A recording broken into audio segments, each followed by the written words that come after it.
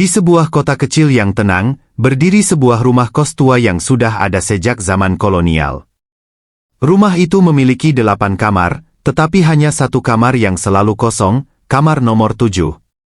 Para penghuni kos yang lain selalu berbicara tentang kamar itu dengan nada berbisik, seolah takut sesuatu bisa mendengar. Dina, seorang mahasiswa baru, tiba di kota itu untuk melanjutkan kuliah. Setelah berhari-hari mencari tempat tinggal yang sesuai dengan anggarannya, ia menemukan rumah kos tersebut. Kosnya memang terlihat sedikit usang, tetapi lokasinya strategis dan harga sewanya murah. Saat ia berbicara dengan pemilik kos, Bu Sari, Dina merasa ada sesuatu yang aneh. "Kamar mana yang kosong, Bu?" tanyanya. Bu Sari awalnya terdiam, lalu menunjuk ke ujung koridor. "Kamar nomor 7, jawabnya dengan nada ragu. "Kenapa kamar itu kosong?" Dina bertanya, penasaran. Bu Sari tersenyum kecil. "Ah, orang-orang suka cerita aneh-aneh. Kamu tidak perlu khawatir. Kalau mau, kamar itu bisa langsung kamu tempati." Dina, yang tidak percaya pada cerita mistis, langsung menyetujui. Baginya, mendapatkan kamar kos dengan harga murah sudah cukup. Ia pun pindah ke kamar itu pada hari yang sama. Malam pertama berlalu tanpa kejadian aneh. Dina mulai merasa nyaman. Namun, di malam kedua, suasana mulai berubah. Saat sedang membaca buku di tempat tidur, ia mendengar suara berderit pelan dari sudut kamar. Ia menoleh dan melihat pintu lemari di sudut kamar sedikit terbuka. Dina merasa heran, karena ia yakin telah menutupnya. Meskipun merasa tidak nyaman, ia mencoba berpikir logis. Mungkin karena engsel lemari ini sudah tua, gumamnya. Ia pun bangkit dan menutup pintu lemari itu rapat-rapat. Namun, hanya beberapa menit setelah ia duduk kembali, pintu itu terbuka lagi, perlahan, seperti ada seseorang yang sengaja mendorongnya. Dina mulai merasa merinding.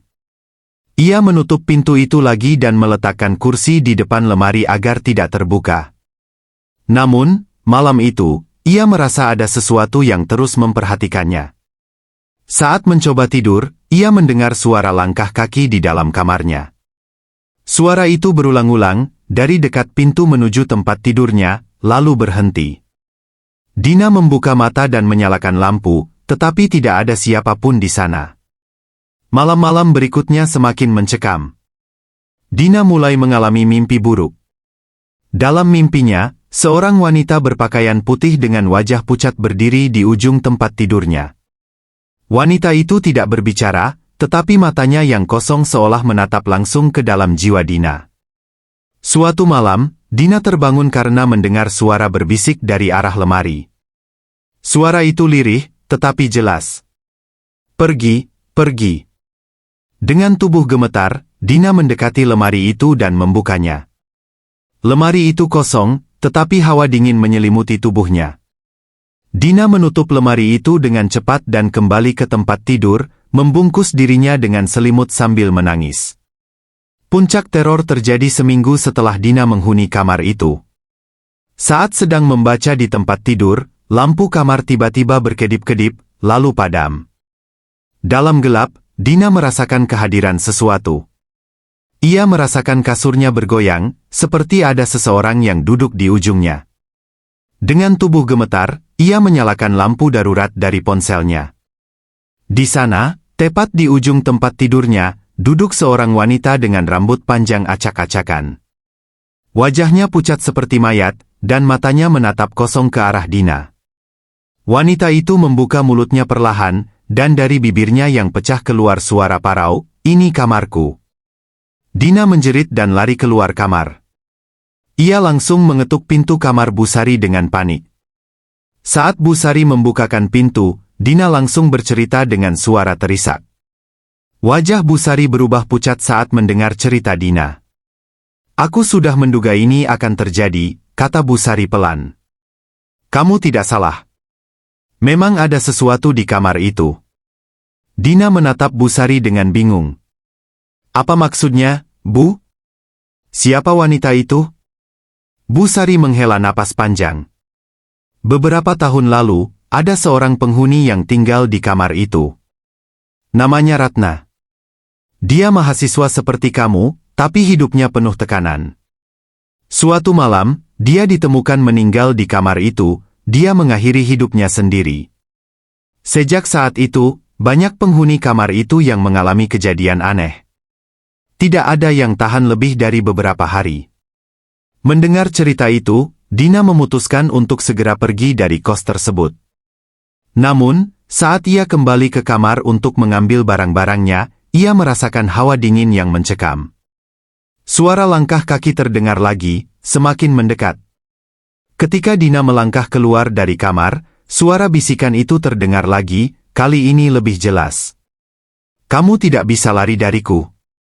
Dina akhirnya pindah dari kos itu, tetapi mimpi buruk terus menghantui malam-malamnya.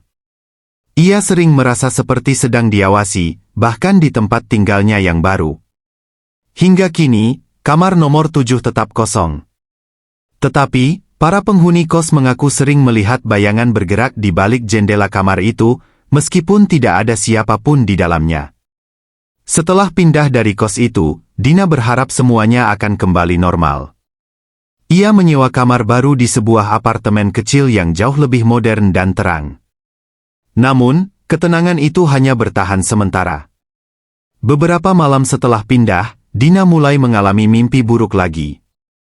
Dalam mimpinya, wanita yang sama, berambut panjang dan berwajah pucat, muncul di sudut kamar tidurnya. Wanita itu tidak berbicara, tetapi bibirnya bergerak seolah-olah melantunkan sesuatu yang tak terdengar. Dina sering terbangun dengan keringat dingin, napasnya tersengal, dan perasaan seolah-olah ada seseorang yang berdiri di samping tempat tidurnya. Suatu malam, Dina menemukan bekas cakaran di dinding kamarnya. Awalnya, ia mengira itu hanya kerusakan pada cat dinding, tetapi keesokan paginya, ia menemukan hal yang lebih mengerikan. Bekas cakaran itu bertambah panjang, seperti ada sesuatu yang mencoba keluar dari dalam dinding. Khawatir dengan apa yang terjadi, Dina mencari informasi lebih lanjut tentang rumah kos lamanya. Ia mendatangi seorang teman sekelasnya, Rika, yang dikenal gemar membahas hal-hal mistis. Ketika Dina menceritakan pengalamannya, Rika terlihat sangat serius. "Kamu tidak seharusnya pindah begitu saja tanpa melakukan apa-apa," kata Rika. "Roh itu mungkin merasa kamu telah mengusik tempatnya, dan sekarang dia mengikutimu." Dina merasa ketakutan. "Jadi, apa yang harus aku lakukan?" "Kita harus mencari tahu siapa sebenarnya wanita itu dan apa yang dia inginkan," jawab Rika. Mereka memutuskan untuk menemui Bu Sari lagi, berharap bisa mendapatkan lebih banyak informasi. Awalnya, Bu Sari enggan berbicara, tetapi setelah Dina terus memohon, akhirnya ia bercerita lebih rinci. "Ratna dulu memang penghuni kosku," kata Bu Sari pelan. "Dia anak baik, tapi hidupnya penuh tekanan. Dia sering bertengkar dengan pacarnya, seorang pria bernama Bagas. Suatu malam, aku mendengar mereka bertengkar hebat. Esoknya, Ratna ditemukan tewas di kamar itu. Banyak yang bilang dia bunuh diri, tapi..." Bu Sari terdiam sejenak. "Tapi apa, Bu?" desak Rika. "Tapi aku merasa ada yang janggal. Bagas menghilang setelah kejadian itu, dan sejak saat itu, kamar itu tidak pernah tenang." Dina dan Rika merasa ada sesuatu yang belum selesai. Mereka memutuskan untuk kembali ke kos itu, meskipun Dina sangat takut. Dengan membawa lilin, dupa, dan mantra pelindung yang diajarkan Rika, mereka memasuki kamar nomor 7. Saat malam tiba, suasana kamar menjadi semakin mencekam. Angin dingin yang tidak masuk akal berhembus meskipun semua jendela tertutup rapat. Pintu lemari kembali berderit, dan suara bisikan mulai terdengar. Kali ini lebih jelas, seperti suara wanita menangis. "Aku di sini," suara itu berbisik. Dina dan Rika mencoba berbicara dengan roh tersebut. Rika membakar dupa di tengah kamar dan membaca doa, memohon agar roh Ratna memberikan tanda tentang apa yang diinginkannya. Tiba-tiba, bayangan wanita itu muncul di sudut kamar. Wajahnya terlihat sedih dan penuh luka. Ia menunjuk ke arah lantai di dekat lemari. Dengan keberanian yang tersisa, Dina dan Rika menggeser lemari itu. Di bawahnya, mereka menemukan papan lantai yang longgar. Ketika mereka membukanya, ada sebuah buku harian yang tersembunyi di sana. Buku itu milik Ratna. Dalam halaman terakhirnya, Ratna menulis tentang rasa sakitnya karena dikhianati oleh Bagas, yang ternyata telah mencuri uangnya dan mengancam akan mencelakainya jika ia melapor. Dina merasa dadanya sesak membaca curahan hati Ratna. "Aku tidak bunuh diri. Aku dibunuh," itulah kalimat terakhir yang tertulis di buku itu. Dina dan Rika segera membawa buku itu ke polisi. Meskipun kasus Ratna sudah bertahun-tahun ditutup, polisi setuju untuk membuka kembali penyelidikan. Beberapa minggu kemudian, mereka berhasil menemukan Bagas yang selama ini bersembunyi di luar kota. Bagas akhirnya mengakui perbuatannya dan ditangkap. Setelah Bagas ditangkap, Dina kembali ke kamar nomor 7 untuk terakhir kalinya. Kali ini, suasana kamar terasa berbeda. Tidak ada hawa dingin, tidak ada suara langkah kaki, dan tidak ada bisikan. Dina merasa lega, seolah-olah Ratna akhirnya bisa pergi dengan tenang. Namun, sebelum pergi, Dina menoleh ke sudut kamar sekali lagi. Untuk sesaat, ia melihat bayangan Ratna berdiri di sana, tersenyum tipis sebelum menghilang. Kamar nomor 7 akhirnya benar-benar kosong, bukan karena ditinggalkan, tetapi karena penghuni lamanya telah menemukan kedamaian. Namun, bagi Dina, pengalaman itu akan selalu menjadi pengingat bahwa tidak semua rahasia seharusnya dibiarkan terkubur begitu saja. Beberapa bulan setelah kasus Ratna terselesaikan, Dina mulai merasa hidupnya kembali normal. Namun, ada sesuatu yang mengganjal di pikirannya. Meski roh Ratna terlihat telah pergi, Dina merasa seperti ada yang belum selesai. Setiap malam, ia sering terbangun karena mimpi yang aneh. Suara pintu lemari berderit atau bayangan hitam melintas di sudut kamar apartemennya. Rika, yang juga ikut membantu menyelesaikan kasus Ratna, mulai merasakan hal serupa. Suatu malam, ia menelepon Dina dengan nada panik. "Dina, aku merasa ada yang mengikutiku," katanya terbata-bata. "Apa maksudmu, Rik? Bukannya semuanya sudah selesai?" tanya Dina, bingung. "Tidak. Ini berbeda. Aku merasa seperti ada sesuatu, atau seseorang, yang mengawasi. Tapi aku tidak yakin itu Ratna." Mereka mulai curiga bahwa apa yang terjadi di kamar nomor 7 lebih dari sekadar roh Ratna yang terjebak.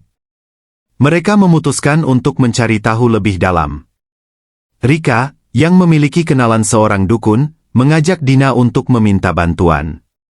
Dukun itu, seorang pria tua bernama Pak Wirya, mendengarkan cerita mereka dengan serius.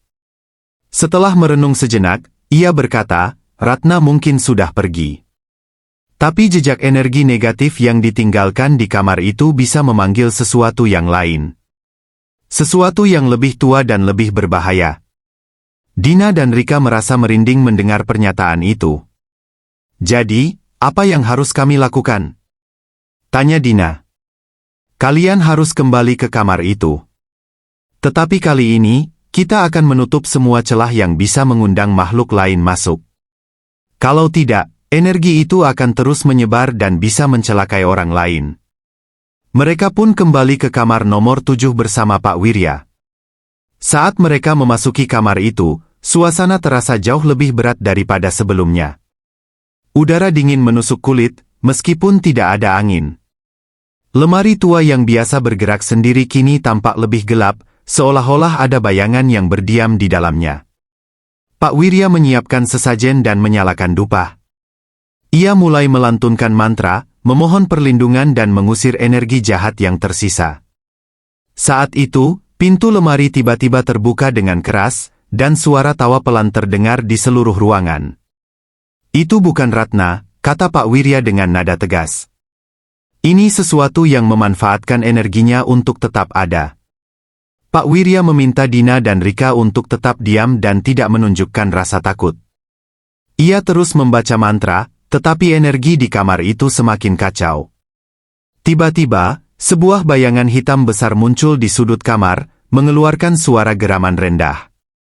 Dina dan Rika merasa tubuh mereka membeku, tidak bisa bergerak. "Keluar dari sini!" seru Pak Wirya sambil melemparkan segenggam garam ke arah bayangan itu. Bayangan itu bergerak mundur, tetapi tidak menghilang. Sebaliknya, ia semakin besar dan mendekat ke arah Dina. Pak Wirya berteriak, "Dina, buka pintu lemari itu!" Dengan tangan gemetar, Dina mendekati lemari dan menarik pintunya dengan paksa. Di dalamnya, mereka menemukan sesuatu yang aneh, sebuah boneka tua yang tampak kusam dan penuh debu. Boneka itu terlihat biasa, tetapi Pak Wirya tampak kaget. "Boneka ini adalah pusat dari energi jahat itu," katanya. "Ini bukan milik Ratna. Ini benda yang sudah ada di sini jauh sebelum dia tinggal. Inilah yang memanggil sesuatu ke tempat ini."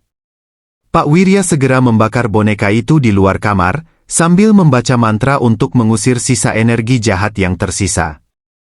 Saat api membakar boneka itu, mereka mendengar suara jeritan panjang yang bergema di seluruh rumah kos.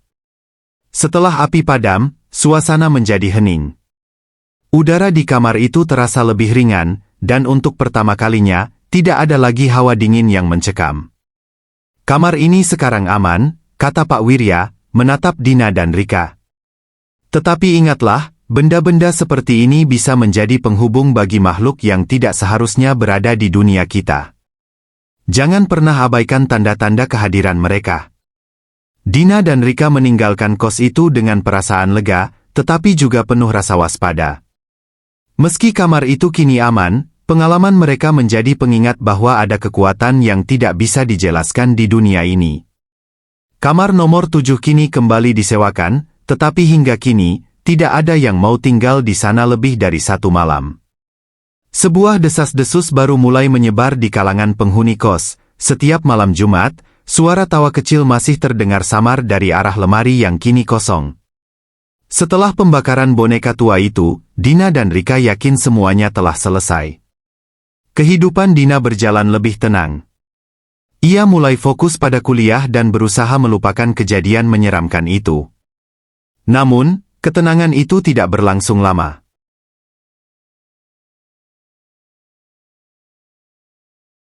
Beberapa minggu kemudian, Dina mendapat telepon dari Bu Sari. Suara wanita tua itu terdengar gemetar dan panik. "Dina, tolong. Aku tidak tahu harus minta bantuan siapa lagi," katanya. "Ada apa, Bu?" Dina bertanya dengan was-was. "Kamar nomor 7. Sesuatu terjadi lagi. Penghuni baru kamar itu, dia hilang." Dina terdiam, merasa jantungnya berdebar kencang. "Maksud ibu apa, hilang?" "Dia hanya tinggal semalam. Pagi ini, pintu kamar terkunci dari dalam, tapi dia tidak ada di dalam. Yang tersisa hanya lemari itu." Meskipun ketakutan, Dina merasa bertanggung jawab untuk kembali. Ia menghubungi Rika, dan mereka setuju untuk bertemu di kos tersebut. Saat mereka tiba, suasana rumah kos itu lebih mencekam daripada sebelumnya. Penghuni lain memilih diam di kamar masing-masing, sementara Bu Sari tampak bingung di depan pintu kamar nomor 7. "Kami sudah mencoba mendobrak pintu, tapi tidak bisa terbuka," kata Bu Sari. "Seperti ada yang menahannya dari dalam." Dina dan Rika meminta izin untuk masuk bersama seorang tukang kunci. Setelah pintu berhasil dibuka, bau busuk yang tajam langsung menyambut mereka. Ruangan itu gelap dan dingin, meskipun matahari bersinar terang di luar. Di dalam kamar, semuanya tampak seperti terakhir kali Dina pergi. Tetapi lemari tua itu kini terlihat berbeda, ada goresan-goresan baru di pintunya, seolah-olah seseorang telah menggaruknya dengan kuku. Rika melangkah maju, berusaha menenangkan dirinya. "Kita harus lihat apa yang ada di dalam lemari itu." Dengan perlahan, mereka membuka pintu lemari. Tidak ada apa-apa di dalamnya, hanya kekosongan yang gelap. Tapi saat mereka menutupnya kembali, suara langkah kaki terdengar dari dalam lemari, seperti ada seseorang yang berjalan mondar-mandir. Tiba-tiba, pintu lemari terbuka sendiri, dan seorang pria muncul dari dalamnya. Wajahnya pucat, matanya melotot, dan tubuhnya gemetar ketakutan.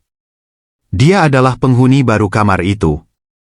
Aku tidak bisa keluar, katanya dengan suara serak. Lemari itu membawaku ke tempat lain, tempat yang gelap dan penuh suara. Dina dan Rika mencoba menenangkannya, tetapi pria itu terus menangis histeris.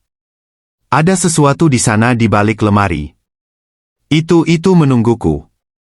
Itu ingin membawaku kembali. Pak Wirya, dukun yang sebelumnya membantu mereka, segera dipanggil kembali. Saat tiba, ia terlihat lebih cemas dari sebelumnya. Aku pikir semuanya sudah selesai, katanya sambil mengamati lemari itu. Tapi ternyata ada sesuatu yang lebih besar dari yang kita bayangkan. Pak Wirya memulai ritual pembersihan lagi, kali ini dengan persiapan yang lebih matang. Ia menaburkan garam di seluruh kamar, menyalakan dupa, dan membaca mantra dengan suara lantang. Tetapi lemari itu mulai bergetar, dan suara geraman rendah terdengar dari dalamnya. Ini bukan hanya sekadar roh biasa, kata Pak Wirya. Lemari ini adalah portal, pintu menuju sesuatu yang lebih gelap, lebih tua, dan lebih jahat. Tiba-tiba, lemari itu terbuka lebar, memperlihatkan kegelapan yang pekat. Dari dalam, angin dingin bertiup kencang, membuat semua lilin padam. Bayangan besar muncul dari dalam, membentuk sosok tinggi dengan mata merah menyala. Kalian tidak seharusnya mengusik ini, suara itu bergema, dalam dan mengancam. Pak Wirya segera membacakan mantra terakhir, melemparkan segenggam abu yang bercampur garam ke arah bayangan itu. Sosok itu mengerang kesakitan dan mulai memudar, tetapi kegelapan di dalam lemari tetap ada. Lemari ini harus dihancurkan, kata Pak Wirya dengan tegas. Selama benda ini ada, pintu itu tidak akan pernah tertutup. Dengan bantuan beberapa orang, mereka mengangkat lemari itu keluar dari kamar dan membakarnya di lapangan terbuka. Saat api mulai membakar kayu tua itu, suara jeritan panjang terdengar lagi, tetapi kali ini lebih memekakkan telinga. Setelah lemari itu menjadi abu, suasana mendadak hening. Kamar nomor 7 kini kosong sepenuhnya. Bu Sari memutuskan untuk menutup kos itu selamanya, takut jika ada energi gelap yang masih tersisa. Dina dan Rika berharap pengalaman itu menjadi akhir dari segala teror. Namun, beberapa minggu kemudian, di tempat lain di kota itu, sebuah keluarga membeli sebuah lemari tua di Pasar Loak. Penjualnya mengatakan bahwa lemari itu berasal dari sebuah kos tua yang baru saja dibongkar. Ketika lemari itu tiba di rumah mereka, suara berderit mulai terdengar setiap malam, tanda bahwa kegelapan belum benar-benar pergi.